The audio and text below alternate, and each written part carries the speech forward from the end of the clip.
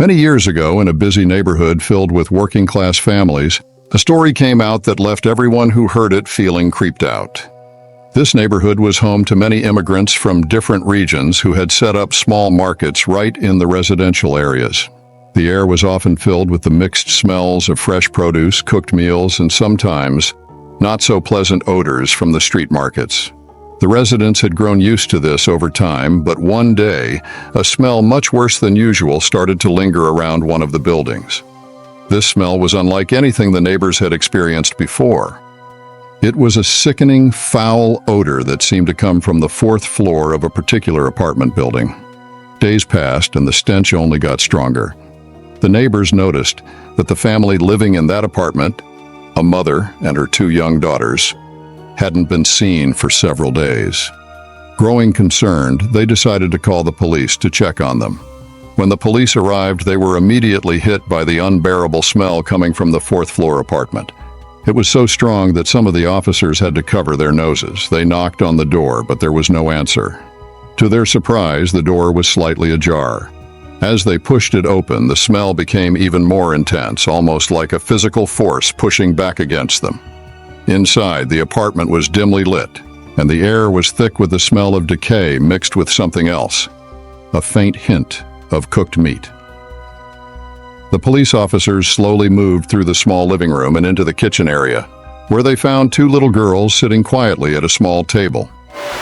The girls looked up, seemingly unfazed by the presence of strangers or the horrid smell around them. "Where is your mother?" one of the officers asked gently. "She's resting in the bedroom," the older girl replied in a calm voice. "She doesn't want to be disturbed." The officers exchanged puzzled looks. They could smell the putrid odor getting stronger as they moved closer to the bedroom. One of them cautiously approached the closed bedroom door and knocked softly. "Ma'am, this is the police. We're here to check on you," he called out. There was no answer.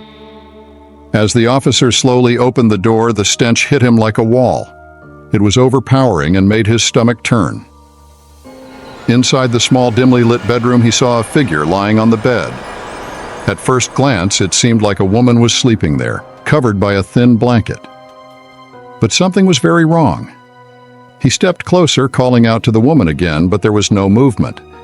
The officer's gut told him something was horribly wrong. As he got closer, he could see that the blanket was stained and wet with some kind of fluid.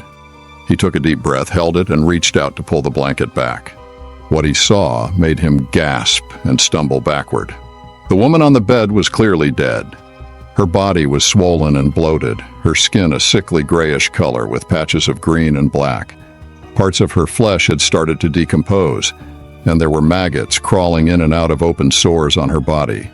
The sight was nauseating, and the smell was beyond unbearable. It was the kind of stench that clings to your clothes and hair that you can taste in the back of your throat, and it filled the entire room. The officer called for backup and a medical examiner, who quickly arrived on the scene. After examining the body, the examiner confirmed that the woman had been dead for over a week. The 2 little girls had been living in the apartment with their mother's decaying corpse without realizing she was dead. But the strangest part was yet to come. When the officers asked the girls if they knew what had happened, they both insisted that their mother was still alive. They claimed she would wake up every day, cook meals for them, and then go back to bed to rest. The officers, bewildered by this, looked around the apartment. To their shock, there was indeed a plate of freshly cooked food, still warm and steaming and on the kitchen table. Who could have made this meal if the mother had been dead for a week? The police were left with more questions than answers.